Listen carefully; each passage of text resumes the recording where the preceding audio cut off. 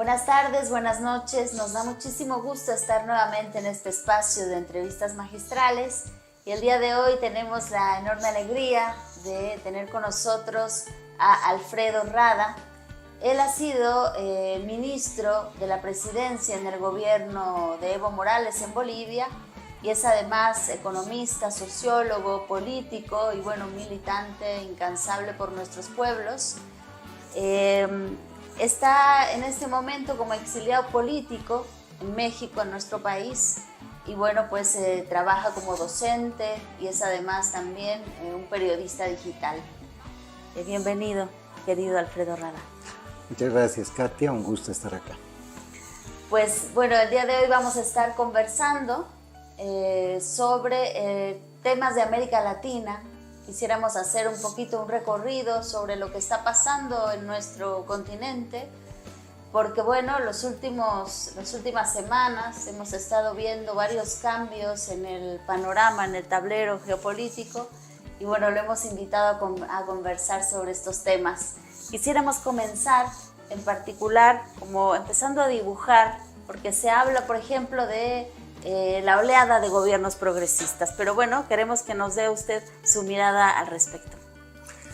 Bueno, yo considero que en América Latina, desde hace década y media al menos, pues se han dado procesos y se siguen dando procesos de transformación. Y dentro de esos procesos de transformación, el rol de los movimientos sociales, de los partidos de izquierda, de liderazgos populares que van surgiendo, pues es muy importante. Pero si solo atendemos esa parte, es decir, y vemos como una acumulación constante de esos movimientos sociales, de esos liderazgos populares y de esos partidos de izquierda, pues solo estamos viendo una parte del tablero, ¿no? Y no estamos viendo la otra, que es que empiezan a surgir fuerzas reaccionarias ante precisamente esa acumulación de fuerzas del campo popular, y esas fuerzas reaccionarias pues se expresan en fenómenos tales como el de Noboa recientemente en Ecuador en las elecciones, o el de Kast, ¿no?, que ganó la primera vuelta en las elecciones presidenciales de Chile y luego perdió en segunda vuelta contra Boric, o la que recientemente ha expresado pues Javier Milei, ¿no?, en las primarias de Argentina. Entonces, mi visión sobre América Latina es de entenderla como un enorme campo de lucha entre tendencias transformadoras y tendencias conservadoras, y bueno, pues que hay que ver ambas, ¿no? Hay que ver la correlación de fuerzas que se da entre ambas.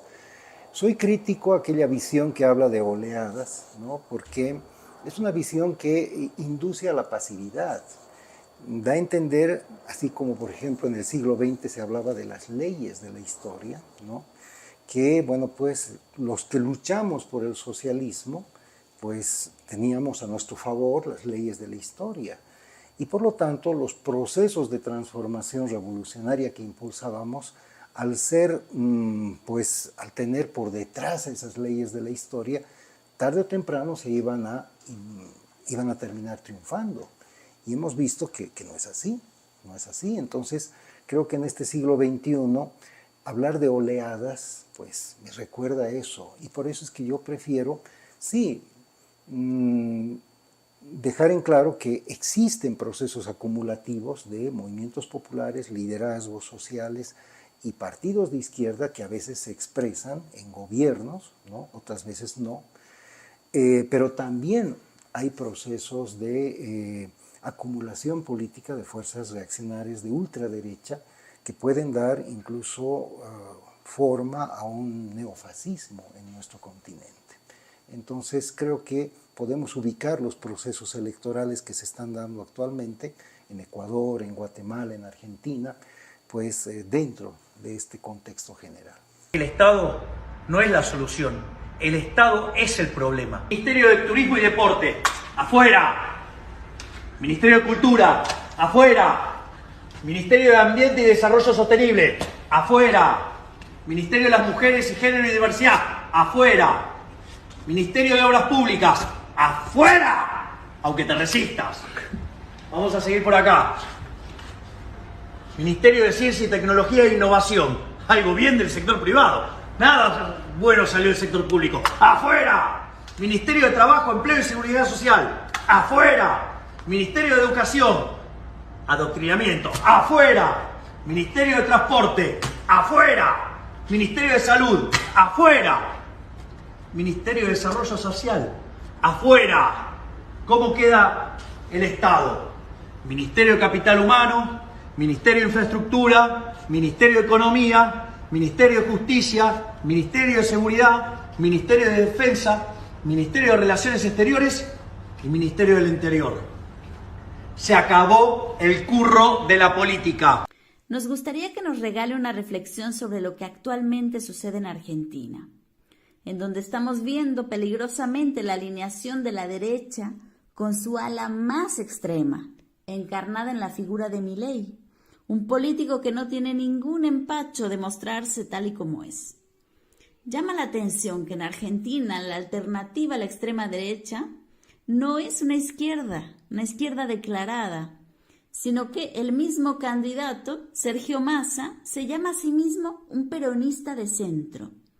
Y bueno, Sergio Massa ha acompañado la gestión de Fernández como su ministro de Economía, lo que ya también nos muestra una cierta continuidad que es apenas tímida, no es abiertamente de izquierda. ¿Cómo podría usted comprender toda esta situación que se está viendo ahí? Sobre el tema de Argentina, Katia, pues tenemos un panorama a partir de los resultados de la primera vuelta electoral que es en algunos aspectos mejor que el panorama que surgió después de las elecciones primarias, que en Argentina se llaman las PASO, primarias abiertas, obligatorias, simultáneas.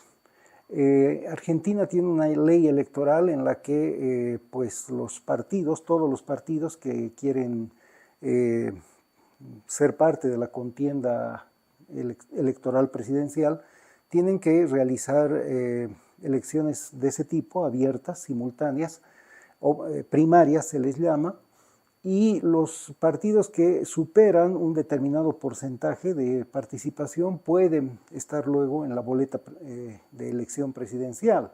Entonces esto ha sucedido y como sabemos en las primarias, Javier Milei, un neofascista, un ultraliberal, que en realidad él se denomina libertario, en realidad es un autoritario de las leyes de mercado, Milei. Él ha salido como primer votado, con algo así como el 30% de la votación, lo que realmente ha preocupado mucho porque es el representante de una extrema derecha y una parte, 7.8 millones de votos, pues logró tener Milei, ¿no? Entonces es preocupante, es decir, siempre van a existir proyectos neofascistas, lo preocupante es cuando tienen éxito electoral. Ocurrió que luego, entre las primarias y la elección, la primera vuelta presidencial, el candidato oficialista, que es Sergio Massa, es también el ministro de Economía del actual gobierno de Alberto Fernández, Sergio Massa lanzó una serie de medidas redistributivas del ingreso, medidas de justicia social, las vamos a llamar así, que el gobierno de Alberto Fernández debió tomar hace varios años, pero no lo tomó, porque sacrificó su programa social por las negociaciones que hizo con el Fondo Monetario Internacional por el tema de la deuda. Entonces, Alberto Fernández perdió un valioso tiempo, 3 años, en los que no pudo desplegar su programa social. De ahí que hubo un desencanto, una desilusión de sectores populares que en las primarias no fueron a votar, pero sí fueron a votar para la primera vuelta. De ahí es que Sergio Massa logró recuperar algo así como 3 millones de votos, con lo que pasó a un primer puesto. Algo así como el 36% de la votación ha logrado Sergio Massa. Javier Milei se quedó en el 29-30% y ambos van a la segunda vuelta. La segunda vuelta va a ser en noviembre y para esta segunda vuelta ya se ha dado un realineamiento. La candidata del partido de Mauricio Macri, Patricia Bullrich, ella fue ministra de Seguridad, o sea, lo que en México se llamaría la secretaria de Seguridad, secretaria de Gobernación en el gobierno de Mauricio Macri entre el 2015 y el 2019. Bueno, Patricia Bullrich decidió darle respaldo a Javier Milei y Mauricio Macri lo mismo. Entonces hay un realineamiento. Ya está claro que las fuerzas de extrema derecha que apoyan al neofascista Javier Milei y la derecha tradicional encarnada en Mauricio Macri hoy se han juntado y para la segunda vuelta, el balotaje presidencial, pues va a ocurrir que se van a confrontar estos dos proyectos y esperemos que pueda ganar la opción antifascista, que es la de Sergio Massa. Algunos dirán, sí, pero Sergio Massa no es un representante de la izquierda, no es un socialista.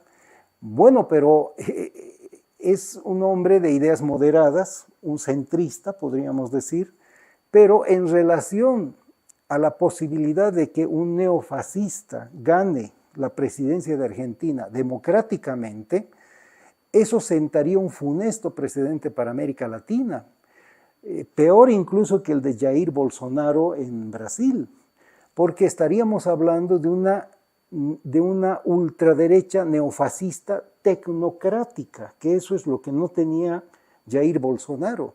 Javier Milei tendría una tecnocracia, la que le va a poner Mauricio Macri a disposición para ejecutar medidas desde un eventual gobierno. Por tanto, es más peligroso incluso que lo que ocurrió en Brasil hace años con Jair Bolsonaro. Entonces, sentaría, como digo, un nefasto precedente para América Latina y por ello es que confío que esa reacción del pueblo argentino, de los sindicatos de trabajadores, de los sectores urbano-populares, de los movimientos feministas de mujeres que se dan cuenta que Javier Milei amenaza los derechos que las mujeres han ido conquistando a lo largo de estos años, como el derecho a disponer libremente de su cuerpo, de su propio cuerpo, ¿verdad? Esos derechos se verían amenazados por una orientación ultraconservadora que ha planteado Javier Milei. Entonces, recordemos, Javier Milei, por ejemplo, indicó que la ley de interrupción voluntaria del embarazo, él la sometería a un referéndum para ver si se mantiene o no se mantiene. Entonces, ese tipo de cosas ha hecho que se dé una reacción del pueblo argentino que votó y colocó en la primera vuelta presidencial a Sergio Massa como el primer ubicado. Va a ir así a la segunda vuelta y esperemos que en la segunda vuelta pues se confirme esta situación. Ahora, va a haber una guerra económica en la que los poderes económicos, la ultraderecha y la derecha macrista van a intentar poner contra la pared al gobierno de Alberto Fernández, del que es su ministro de Economía, Sergio Massa. Ya lo estamos viendo en estos días con el desabastecimiento de carburantes. Hay un desabastecimiento de carburantes y eso es debido a que las 4 empresas que hacen refinería en Argentina, que son empresas privadas transnacionales, pues están efectuando una especie de chantaje económico para que suban los precios de los carburantes. La respuesta del gobierno ha sido muy buena. Sergio Massa, ministro y candidato a la vez, ha dicho que si hasta en determinado plazo no regularizan el abastecimiento del mercado interno, estas empresas transnacionales privadas no podrán exportar petróleo fuera de Argentina. Entonces, es una reacción de soberanía económica que confirma que estamos ante un gobierno y una candidatura que podría tener esas reacciones de soberanía, de nacionalismo económico, de justicia social, que por supuesto no podemos dejar de ver. quienes votaron por Milei no solo son la clase que tradicionalmente vota a la derecha, los sectores conservadores, incluso hubo sectores populares que apoyaron ese proyecto. Qué paradójico. Sectores populares apoyando un proyecto que dice que no es cierto que allá donde hay una necesidad nace un derecho y que es una aberración el planteamiento de la justicia social. Y sectores populares apoyando ¿Cómo eso. entendemos eso? Pues creo que tiene que ver con una desideologización, ¿no? Pero a partir de condiciones materiales. Porque si la centroizquierda o la izquierda, si el denominado progresismo, no da respuestas a los temas que tienen que ver con la crisis económica, con la seguridad ciudadana, con la sanidad pública, no da respuestas, obviamente que la derecha va a aprovechar eso para levantar sus propias banderas. Y una de las cosas que está haciendo la nueva derecha, esta nueva derecha que emerge, una derecha vociferante, una derecha que le habla al pueblo en los mismos términos en que el pueblo habla, pues es que retoma las banderas que la izquierda va dejando en el camino, ¿no? Banderas que tienen que ver con dar respuestas, sus respuestas, que no van a ser tales, ¿no? Porque lo que está planteando Milei no es una respuesta popular, es una salida para generar una mayor crisis, ¿no? Pero lo está haciendo y con una dosis muy alta de demagogia logra un respaldo social impensado hace algunos años, ¿no? Y yo no sé si usted ha visto, pero hay un video en internet en donde sale el presidente del Foro Económico de Davos, Klaus Schwab, diciendo que, bueno, ellos han producido grandes liderazgos y entre esos liderazgos menciona a Fernández. A mí me ha dejado pensando, y lo hemos, creo que abordado en algún otro programa este tema, porque es como si tuviéramos una derecha, ¿no?, por una parte, y por la otra tuviéramos también una izquierda que se deja penetrar por actores que con un discurso, digamos, aparentemente de izquierda y de justicia social, llega a estos espacios y de pronto cumple con agendas que son más bien de derecha, pero no las cumple a cabalidad, porque además son proyectos de izquierda.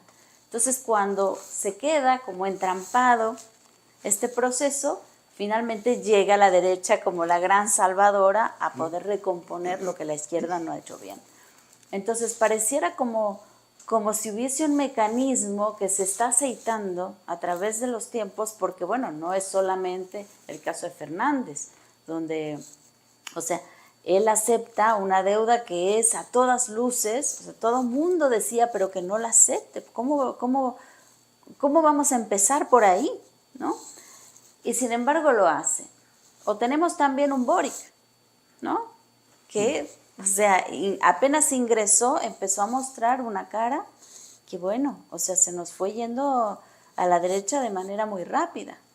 Entonces, esto pareciera ser como un mecanismo que sería bueno que detectemos, porque, bueno, o sea, el imperialismo está tratando de ingresar en nuestros procesos, ahora sí que de frente y de manera oculta, ¿no?, encapuchada.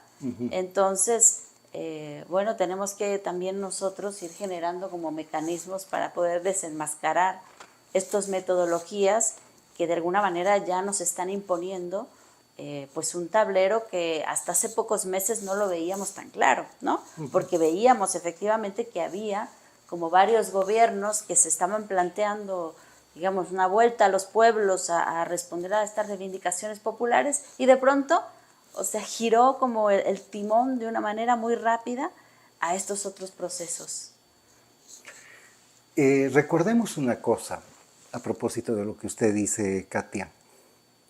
La propia Cristina Fernández pues planteaba que ella no quería trascender el capitalismo, ella lo que quería era un capitalismo decente, ¿no?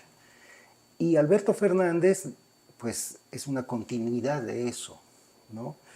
Ahora, ¿significa eso que Cristina Fernández en algún momento asumió un rol contrarrevolucionario? Yo creo que no. Creo que hay que tener una postura en relación al progresismo. Yo no soy progresista, no me denomino tal. Y el gobierno de Evo Morales, del que formé parte, tampoco. Recuerdo que en esas épocas ya había este debate sobre el progresismo y había dos razones por las que no nos denominábamos progresistas. La primera, que es parte del progresismo el planteamiento del gradualismo, ¿no? Claro.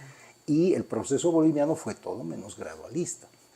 Y segundo, que el concepto mismo del progreso tiene un origen en el capitalismo europeo, ¿verdad? Y el planteamiento que nosotros teníamos del vivir bien, del suma camaña en Aymara, pues trascendía, superaba este planteamiento del progresismo, ¿no? Claro. Del progreso. Entonces, por esa razón, nosotros hemos sido críticos al progresismo, pero eso no significa de que consideremos al progresismo como un enemigo, como un contrincante, no, porque creo que en estos momentos en América Latina, pues tenemos que hacer un frente común, pero siendo críticos a estas visiones gradualistas, moderadas. Modernas. Sí, que llevan a que finalmente la izquierda se diferencie muy poco de la derecha. Y ante el pueblo eso es clave, ¿no? Cuando ya se borraron las diferencias, pues para el pueblo da lo mismo, pues por quién va a votar, si vota por este, vota por aquel. ¿Y quién define el voto? La mercadotecnia. Entonces, creo que hay que ser en ese sentido críticos, pero al mismo tiempo también plantear la unidad, porque si se terminan imponiendo estos proyectos ultraderechistas como el de Milei, va a barrer con todos, incluyendo a los progresistas, ¿no? Como ocurrió en Europa, el fascismo cuando surgió con Mussolini y Hitler, terminó también barriendo a los socialdemócratas, ¿no? Que eran, digamos, una versión del gradualismo europeo antes de la Segunda Guerra Mundial. Entonces, creo que aprendiendo esa lección histórica, los movimientos sociales, yo creo mucho en los movimientos sociales, creo mucho en los movimientos sociales indígenas, en los movimientos sociales urbano-populares, en los movimientos sociales campesinos, los movimientos sociales de mujeres, ¿no? Que van surgiendo, los movimientos afros, ¿no? En fin, creo que tienen un potencial transformador muy grande, ¿no? Que, bueno, pues hay que tratar de encontrar la manera de articular ese potencial transformador a la posibilidad de que se conviertan en proyectos políticos con posibilidades de disputar el poder, ¿no? Entonces, electoralmente, porque así están dadas las cosas en esta etapa histórica, ¿no? Hay que transitar por la vía democrática. Bueno, hacerlo, pero sin perder por ello la esencia revolucionaria, ¿no? Entonces, eso. Y bueno, y también entender que la política significa también saber establecer alianzas en un momento coyuntural. Que si no lo sabes hacer, pierdes todo, ¿no? O sea, pierdes todo lo que se ha avanzado. Creo que esto es muy importante y que justamente no se entiende bien, porque continuamente yo veo posiciones muy maniqueas, ¿no? O sea, muy puras, de que yo no, digamos, no me relaciono con tal y cual postura, ¿no? Porque tiene algo de derecha o tiene algo de capitalista. Y bueno, o sea, como usted dice, estamos en un momento también histórico en el que tenemos que hacer la lectura de un modo complejo para entender que hay momentos en que si no sabes generar unidades puedes realmente dar retrocesos que después te van a costar 100 años volver a remontar. Así es. Entonces, esto me parece muy importante y bueno, esta distinción que usted hace sobre el progresismo me parece pertinente, porque además el progresismo pues es parte de un proyecto moderno y bueno, aunque no estamos en ese camino, también hay que decir que se logran, digamos, las transformaciones no de la noche a la mañana, o sea, hay que ir dando pasos y en ese camino de dar pasos tenemos que ir haciendo política. Entonces, efectivamente yo no veo, por ejemplo, ¿no? O sea, Cristina Fernández como un proyecto de derecha, para nada. Yo creo que lo que hicieron en su momento, ¿no? ella y Néstor, fue súper importante, ¿no? O sea, fue como que sentó la base realmente de un proceso de transformación argentina. Y bueno, ahora estamos en este nuevo escenario y sí podemos, yo diría como establecer distinciones. Por ejemplo, se habla de una izquierda, pero hay distintos tipos de izquierda, así como hay distintos tipos de derecha. Entonces, es importante tener esto en la mesa muy claro porque esto nos permite tener también clara la manera como vamos a tomar decisiones y decisiones políticas y alianzas. Entonces, hay una izquierda que yo diría progresista, ¿no? Que es moderna, capitalista, ¿sí? Aunque suene fuerte, pero es así, burguesa, ¿no? Y que no es lo mismo que una izquierda popular, ¿no? Que se construye desde abajo, desde los movimientos sociales, comunitarios, o sea, esa es otra izquierda. Y es importante que se vea como el panorama, y hay momentos en que, bueno, o sea, la burguesía nacional también ha estado presente en muchos movimientos importantes de transformación social. Así es. Entonces, bueno, no ponemos un tablero blanco y negro, sino que hay que saber cómo leer lo complejo. Creo que en este momento, en América Latina, esto que plantea usted, Katia, y con lo que yo estoy de acuerdo, es fundamental. Saber leer los matices, ¿no? Y a partir de los matices, pues encontrar las alianzas, encontrar las posibilidades de generar acuerdos tácticos que nos permitan confrontar, enfrentar, sería mejor decir, a esos proyectos ultraconservadores y neofascistas que están surgiendo, ¿no? De alguna manera, por ejemplo, la segunda vuelta de las elecciones en Chile, pues cuando se tuvo que apoyar a Gabriel Boric frente a Kast, ¿no? Yo creo que fue correcto. Claro. Pero ahora que ya hay un gobierno de Boric, pues habrá que tomar un posicionamiento crítico, claro, lo que no significa pasarse a la oposición ni nada, pero sí crítico en términos de plantear al propio gobierno de Boric que la única manera que tiene de sobrevivir frente a una derecha que está cada vez más alevosa, no solo en Chile, sino también en otros países de Latinoamérica, es implementando un programa que tome contacto con estos sectores sociales, con estos movimientos populares, con estos movimientos indígenas, con los movimientos de mujeres, ¿no? Los movimientos ecologistas que ahora son tan importantes, que no pierda la juventud. De Milei hay que tomar nota también de eso. Una gran cantidad de jóvenes votaron por Milei. Entonces, significa de que la izquierda también está perdiendo aquello de volverse la esperanza de las nuevas generaciones. Y eso no podemos perder, no podemos perder. Por eso es que, yendo a otro lugar del continente, a mí me generó mucha expectativa y esperanza lo que pasó en Guatemala. En Guatemala se ha dado lo que yo denomino un batacazo electoral, que tampoco no se lo veía venir, ¿no? Es decir, así como no se veía venir por la derecha a Milei, tampoco se veía venir a Arévalo, ¿no? Que terminó ganando esa elección. Porque Arévalo, pues, nace recién, en el 2016, hasta donde yo sé, como un movimiento de lucha contra la corrupción, ¿no? Hace de eso su bandera, la lucha contra la corrupción. En un país en que, Guatemala, la corrupción está totalmente institucionalizada. Entonces, en ese sentido, este movimiento que se llama el Movimiento Semilla, que es su partido, ¿no? Empieza a concitar apoyos, respaldos, en fin, y en la medida que el sistema político guatemalteco iba eliminando uno a uno a sus posibles adversarios electorales, comenzando por Telma Cabrera, una dirigente indígena que tuvo una interesante performance electoral en la anterior elección, pero que para esta le impidieron siquiera registrarse, ¿no? Junto con el defensor del pueblo, si no me equivoco, Rodas, apellidaba a su compañero de fórmula, pues no les dejaron ni siquiera registrarse.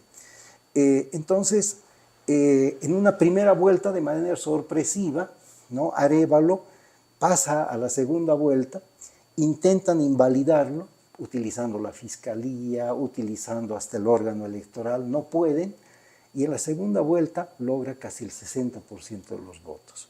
La lástima es que no es esa segunda vuelta la que define la composición del Congreso.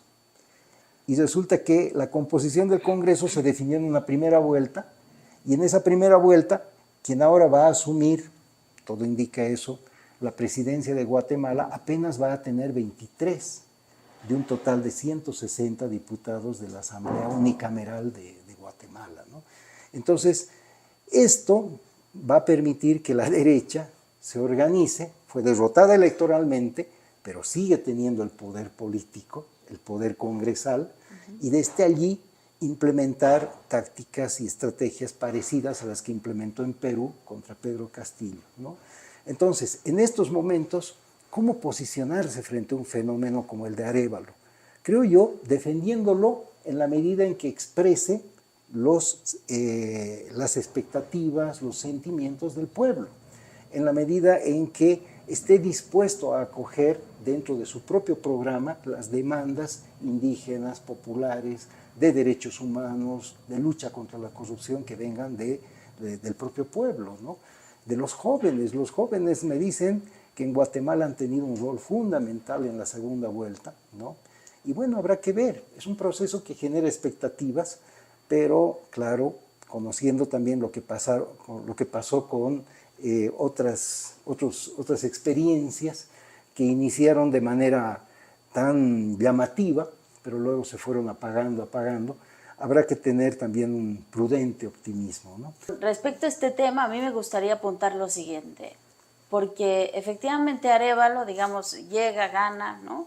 Y bueno, lo posiciona normalmente, otra vez volvemos a configurar este escenario político, llega como un personaje de izquierda, pero también, o sea, llega como sobre los cadáveres de otros que se fueron quedando en el camino, ¿no? Y que eso no lo quiero dejar de remarcar, porque no se permitió que llegara precisamente Telma Cabrera, que representaba todo un proyecto político campesino, indígena, y que venía trabajando desde hace mucho tiempo y venía con una propuesta que es una propuesta realmente radical, ¿no? Fincada en los movimientos sociales, ¿no? O sea, organizada, campesinos, indígenas, y que van por una constituyente. Y entonces por el otro lado tenemos, digamos, esta otra izquierda que está más fincada en los movimientos sociales, comunitarios, indígenas, campesinos, y que no pudieron llegar, ¿no? No pudieron llegar a las elecciones.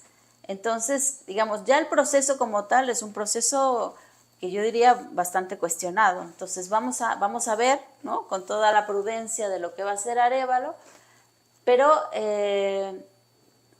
volvemos otra vez como a ver estos escenarios, ¿no? En donde llega alguien de izquierda y bueno, vamos a ver si no es otra vez como una derecha nuevamente para después darle paso a un proceso de derechización mayor, ¿no? Es que yo estoy viendo como dialécticamente cómo se van reproduciendo este tipo de esquemas. Sí, yo coincido en que tenemos que guardar un prudente optimismo, ¿no? Y dejar en claro tanto lo que nos une como lo que nos diferencia, ¿no? De manera que no caigamos en una visión que es muy facilona, de decir, bueno, este es el gran liderazgo popular y aquí ya empieza un proceso revolucionario en Guatemala. Tal vez no, pero lo que sí estoy convencido, Katia, es que se abre un resquicio. Se abre un resquicio y habrá que ver qué tanto los movimientos indígenas populares guatemaltecos aprovechan ese resquicio, que es democrático, ¿no? Y que va a permitir debilitar a su vez a un sistema político que es no solo corrupto, sino también muy opresivo, ¿no? y autoritario. Entonces, recuerdo, salvando las diferencias, que hace más de una década fue elegido en Honduras Manuel Zelaya. Y teníamos las mismas reservas. en relación a Zelaya, ¿no? Porque bueno, parecía expresar a un sector de la burguesía nacional hondureña, pero nada más que eso. Y hemos visto cómo Manuel Zelaya de pronto empezó a radicalizarse al punto que pues le dieron un golpe. Tuvieron que darle un golpe, y el golpe fue organizado en la base militar de Palmerola, que es una base militar de Estados Unidos allá en Honduras, junto con la derecha hondureña, ¿no? Entonces creo que hay que estar muy atentos a esto. Yo tengo expectativa por lo que vaya a pasar en Guatemala. Para mí es un terreno novedoso, la verdad, América Central. Yo vengo de Sudamérica, en la que, bueno, pues sí, conocemos bastante de los países vecinos de Chile, del Perú, yo vengo de Bolivia, conocemos mucho de Argentina, de Brasil, pero la verdad es que conocemos poco de lo que pasa en Centroamérica y en Norteamérica. Entonces, creo que ahí, pues, la visión mexicana, sí, puede ayudar mucho, precisamente a identificar estos procesos y hasta qué punto esas potencialidades que parecen abrirse son ciertas, ¿no? O pueden ser ficticias. ¿Cómo analiza la situación del Ecuador con la victoria del empresario Daniel Noboa frente a la candidata correísta Luisa González, que se quedó en un segundo puesto? Vemos en este caso la consolidación de un voto de la derecha.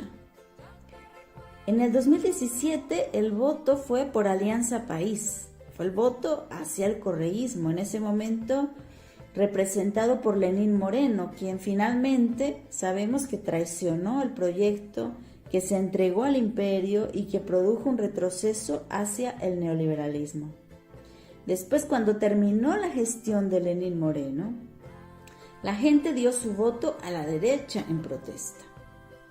Ahora, después del gobierno del empresario Guillermo Lasso, la gente vuelve a reiterar su voto hacia la derecha. ¿Cómo podemos interpretar esto? En relación al tema de Ecuador, Katia, que preguntas, creo que es importante notar una diferencia que existe en América Latina entre lo que es una izquierda institucionalizada en sí misma y una izquierda social, lo que en Bolivia hemos denominado una izquierda de movimientos sociales.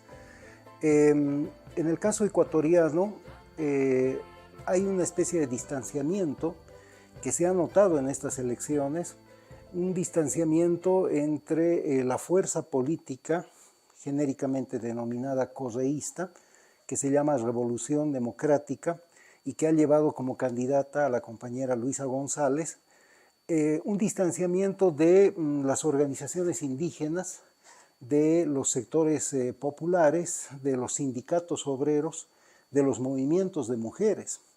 Entonces creo que ese distanciamiento que en su momento se dio bajo el gobierno de Correa se ha mantenido a lo largo de este tiempo, y esta izquierda institucionalizada no ha sido capaz de resolver los temas pendientes, conciliar con estos sectores, lograr un verdadero respaldo, recuperar en los casos que correspondía respaldo social, y de esa forma pues la derecha ha jugado mucho mejor sus estrategias y ha logrado en la segunda vuelta volcar la situación, y tenemos ahora a un joven empresario, en realidad un heredero de una de las fortunas más grandes de Ecuador, Noboa, tenemos como presidente.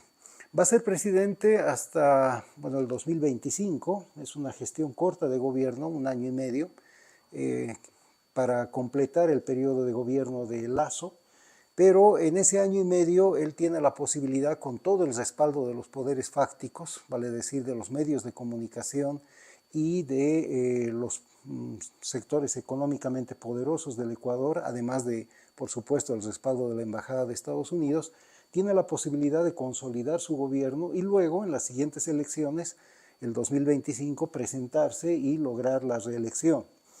Para la izquierda en Ecuador ahora, una vez que ha sucedido esto que sucedió en las elecciones, el desafío es restablecer las alianzas, los pactos con los sectores sociales, con los movimientos indígenas, de mujeres, de trabajadores, de sectores urbano-populares, vale decir recuperar una esencia de izquierda social.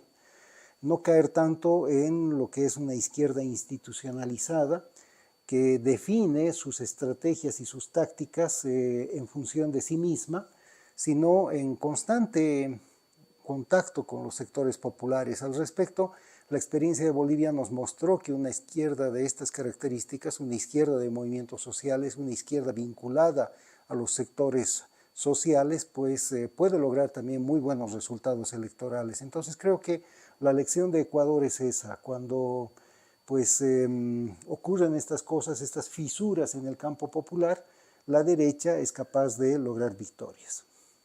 Y un liderazgo como el de Luisa González, la candidata de Revolución Ciudadana, pues es un liderazgo que pues hace todo el esfuerzo por tratar de recuperar una base popular, pero fundamentalmente un movimiento indígena con el que en determinado momento de su gobierno el compañero Rafael Correa se distanció, ¿no? Y creo que ese distanciamiento que se dio, entre otras cosas, por el tema del Yasuni, ¿no? Justamente en estas elecciones, la primera vuelta que acaban de pasar en Ecuador, creo que uno de los datos relevantes ha sido el resultado de un referéndum sobre el Yasuni. El Yasuni es un área natural, un parque natural, que incluso para los pueblos indígenas tiene el carácter de santuario, ¿no?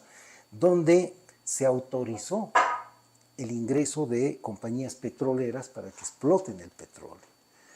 Y ahí yo comparto la posición que tiene el presidente de Colombia, ¿no? Petro, que dijo, bueno, tenemos que elegir, no podemos hacer las dos cosas, defender la vida, vale decir la biodiversidad, la naturaleza, la madre tierra, y al mismo tiempo permitir que exploten el petróleo dentro de esa naturaleza que va a terminar destruyendo la propia naturaleza. No podemos tener una posición en la que se quiera hacer ambas cosas, hay que optar.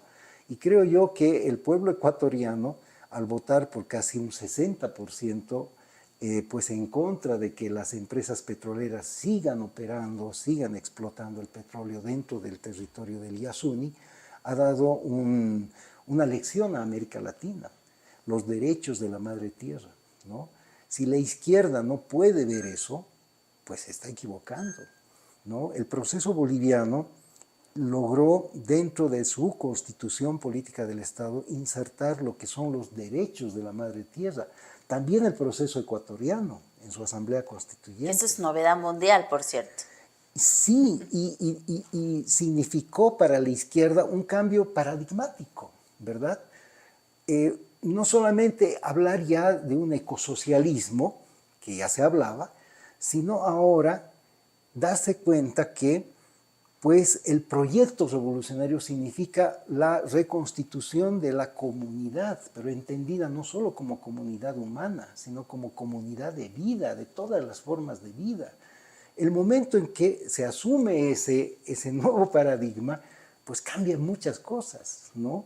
Tú ya no empiezas a ver el tema de la naturaleza o de los derechos de los animales o de los derechos o el agua, ¿no? No lo ves como algo, como una externalidad, lo ves separado, como algo que es parte tuya. Claro. Si las aguas están sanas, tú vas a estar sano. Si los bosques están sanos, tú vas a estar sano. Si el aire está sano, tú vas a estar sano. Entonces, en ese momento ya no es que tienes una conciencia ecologista, no. Recuperaste una conciencia comunitaria y entendiste que todas esas formas de vida las tienes que respetar porque tú eres parte de eso. Entonces, yo creo que la lección que ha dado el pueblo ecuatoriano en esta primera vuelta ha sido en el referéndum, ¿no? Que quiero resaltar eso, el resultado del referéndum es una lección para toda América Latina, es decir, no a las petroleras dentro de los territorios naturales, dentro de las reservas forestales que hay, ¿no? Como el territorio del Yasuni. Realmente son lecciones que debemos nosotros como ir sacando para otro tipo de procesos, porque a veces se hace justamente como castigo, ¿no? Voto castigo al gobierno que se planteó, un gobierno popular que no pudo, ¿no? Que traicionó de alguna manera, y entonces se hace un castigo. Y lo que viene al final es luego un castigo Pero justo al para pueblo. el mismo pueblo, Así es. ¿no? A mí digamos, me preocupa también la situación ahora de Venezuela, una situación que es difícil, muy difícil de abordar, porque lo primero que tenemos que poner en la mesa son las medidas coercitivas unilaterales que están ahí y que han determinado realmente y han limitado y obstaculizado el crecimiento de esa revolución, o sea, le han puesto realmente el freno. Y con todo, digamos, es un proceso, yo digo heroico, porque de todas maneras han avanzado mucho, aunque bueno, hay que decir que tiene por lo menos como 900 sanciones, ¿no? Sí. Lo cual es muy duro de sobrellevar y que afecta directamente en términos de salud, de vivienda, de alimentación, en fin, ¿no?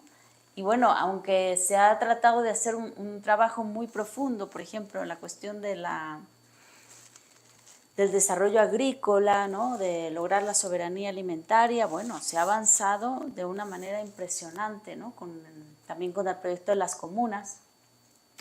Y bueno, el desgaste que se va sufriendo por estas medidas que afectan directamente a la población, pues va despertando claramente el añoro de estar en una situación distinta, ¿no? Y aquí es cuando viene la derecha, ¿no? Con sus promesas, con sus, digamos, mostrando escenarios posibles en donde podríamos estar de otra manera, ¿no? Sin sanciones. Y obviamente la gente se cansa después de un tiempo, ¿no? O sea, se cansa de vivir el día a día de una manera tan compleja, ¿no? Para poder sacar cotidianamente los gastos y reproducir la vida cotidiana de la familia. Entonces, hay también como llamados fuertes a hacer un voto castigo. ¿Por qué? Porque por la situación que hay en Venezuela. Sin embargo, o sea, yo quiero aquí hacer como mucho énfasis, no nos olvidemos de lo que pasó en Ecuador, ¿no? Que rodaron cabezas. Y ahora en Venezuela podría ser mucho peor, porque además ahí tienes a un pueblo que es profundamente chavista, o sea, el chavismo no lo puedes arrancar. Entonces, realmente para poder plantear como un giro a la derecha, o sea, en ese país puede ser realmente una catástrofe. Digamos, a mí me preocupa mucho y yo quiero como hacer un llamado a la reflexión, al análisis, ¿no? De estos procesos, que veamos cómo se van dando, ¿no? Estas dialécticas que a veces pareciera que vamos a algo mejor, ¿no? Porque estas promesas que se dan desde el ámbito de la derecha, pero que son no más que espejismos. Y bueno, tenemos que ver que el imperialismo nunca va a dejar de tener esta voluntad de dominio, por más que nos lo presenten de una manera dulce, bonita y de Walt Disney. Claro. O sea, el imperio es el imperio y esto no podemos olvidarlo. Así que izquierda institucional, izquierda moderna, izquierda revolucionaria, tenemos que hacer una unión, ¿no? Juntas, ponernos juntos contra el imperialismo. Eso es como yo quería llamar la atención. No sé qué piensa usted de esto que le digo. Pues coincido, Katia, porque pues Venezuela es el ejemplo de un proceso de transformación muy profundo, ¿no? Que incluso trascendió al propio Hugo Chávez. Cuando Hugo Chávez falleció, lo que fue una tragedia, ¿sí? Se pensaba que ya ese proceso había concluido, ¿no? Pero Hugo Chávez tuvo la capacidad de, pues, construir nuevos liderazgos, ¿no?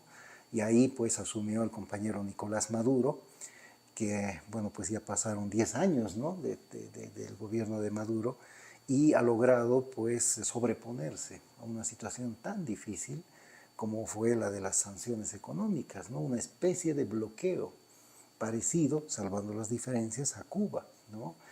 Y bueno, creo yo que las sanciones económicas, Katia, pues funcionan en un mundo unipolar, ¿no? En el que hay un poder omnímodo que no tiene contraste, ¿no? El que fue el capitalismo anglosajón, le llamo así al capitalismo estadounidense más la OTAN, ¿no? Es decir, el capitalismo anglosajón que pues luego de la caída del muro de Berlín y de la disolución de la Unión Soviética, pues quedó como el único poder. Pero ese mundo unipolar también se está fracturando, ¿no? Y está dando lugar a otros poderes que van surgiendo. El de los BRICS, el de una Unión Europea que, bueno, hoy está en crisis, se ha vuelto en realidad una potencia subsidiaria del capitalismo estadounidense, un mundo árabe, un mundo africano, ¿no? A ver si alguna vez podemos hablar de lo que está pasando en África, porque es apasionante lo que está pasando en África. Creo que es un segundo proceso de revolución anticolonial que se está dando allá, ¿no? Una segunda oleada, esta vez tal vez sí corresponde el término. Pero bueno, es un mundo en el que no cabe ya un poder tan absoluto que pueda imponer, como pretende hacer con Venezuela, pues todas las condiciones y las sanciones económicas, ¿no? Es una situación muy difícil, es cierto, la que está viviendo la economía, la sociedad venezolana, pero creo que hay mucha conciencia, es un pueblo con mucha conciencia, es un proceso muy profundo el que se ha dado allá en Venezuela, muy organizado además, ¿no? Es una especie de mezcla, ¿no? De lo que decimos, una izquierda institucionalizada, el PSUV de alguna manera lo es, el Partido Socialista Unificado de Venezuela, es una institución política, ¿verdad? Pero también masas organizadas, pueblo organizado, que eso viene de este Chávez que hablaba del poder comunal. Entonces, creo yo que es una especie de articulación virtuosa la que se da entre una izquierda institucionalizada y movimientos de masas. De alguna forma también el proceso boliviano fue eso, ¿verdad? Una izquierda que se convirtió en gobierno, el movimiento al socialismo, pero que Evo mismo decía que era un gobierno de los movimientos sociales. Entonces se trató de buscar esa articulación virtuosa y hasta cierto punto creo que logramos, ¿no? Yo creo que Venezuela tiene también esa característica y eso le va a permitir resistir el tiempo necesario como para que pasemos a otra realidad mundial que sería la de la multipolaridad. Bueno, precisamente y para cerrar, ¿no?, este espacio, nos gustaría justamente que nos ayude como a delinear, ¿no?, un poquito qué es lo que qué tablero se abre ahora con el surgimiento del BRICS con nuevos integrantes, ¿no?, que pasan por todos los continentes. Bueno, los BRICS se convierten en el fenómeno económico y geopolítico más importante del siglo XXI. Ni siquiera la Unión Europea llega a ese punto, ¿no? Y con todo y auspicioso que fue el surgimiento de la Unión Europea, el lanzamiento del euro, en fin, hoy estamos viendo que en realidad la Unión Europea se ha convertido en una potencia subsidiaria, ¿no?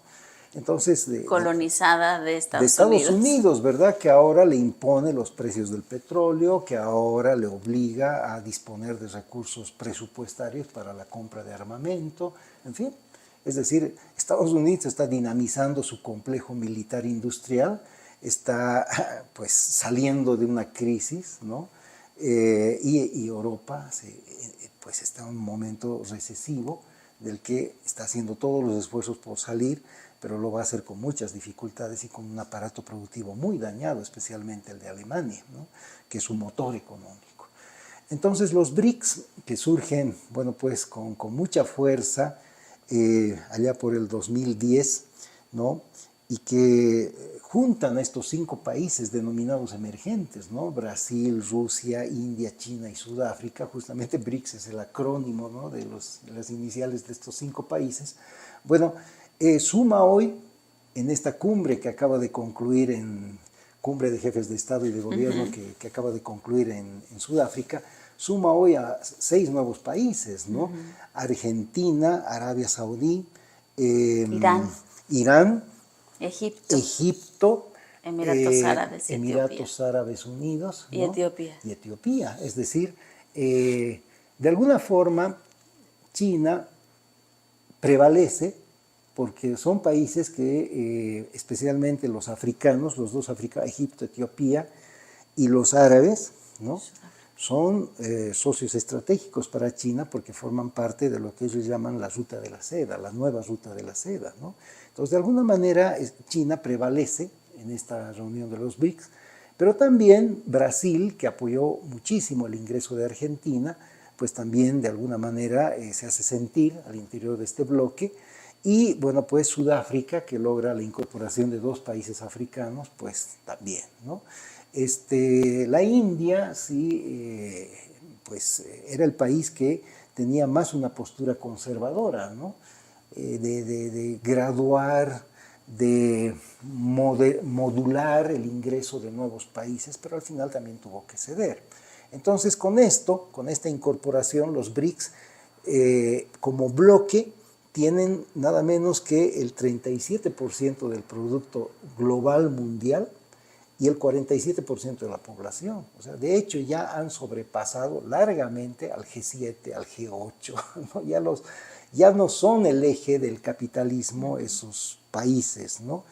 Lo que no significa que Estados Unidos no siga siendo una potencia, sigue siendo una potencia, pero va a tener que compartir este nuevo escenario mundial con este tipo de poderes que están surgiendo, ¿no? Yo creo que lo que ha pasado con la reunión de Sudáfrica y los BRICS es que se consolidan, ¿no?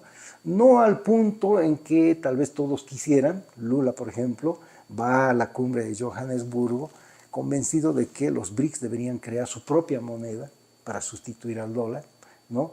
Pero eso queda postergado, ¿no? Queda postergado porque también, bueno, son países que, si bien poderosos en su unidad, sin embargo, también tienen sus problemas. China está en estos momentos atravesando por dificultades económicas, Rusia está, pues, enfrascada en la guerra de Ucrania, ¿no?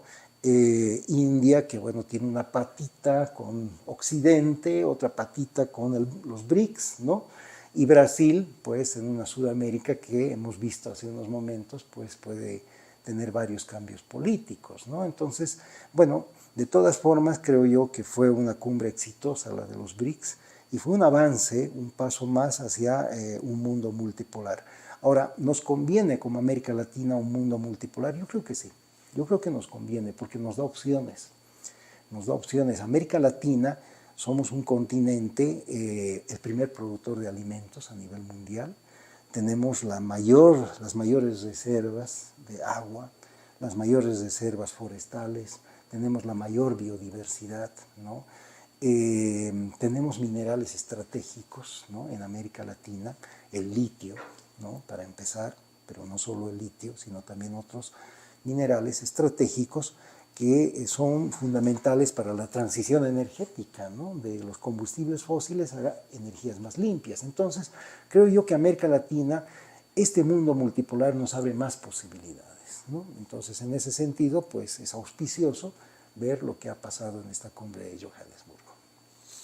Y bueno, también recordar el hecho de que vamos avanzando hacia una desdolarización del mundo, que eso también nos va a abrir, digamos, nuevas perspectivas, pero también nos coloca en una situación compleja porque el imperio va a buscar entonces otras maneras de poder garantizar pues su dominación a la que está acostumbrado. Entonces creo que también eso será un tema para analizarlo en otro espacio. Muchísimas gracias, querido Alfredo Rada.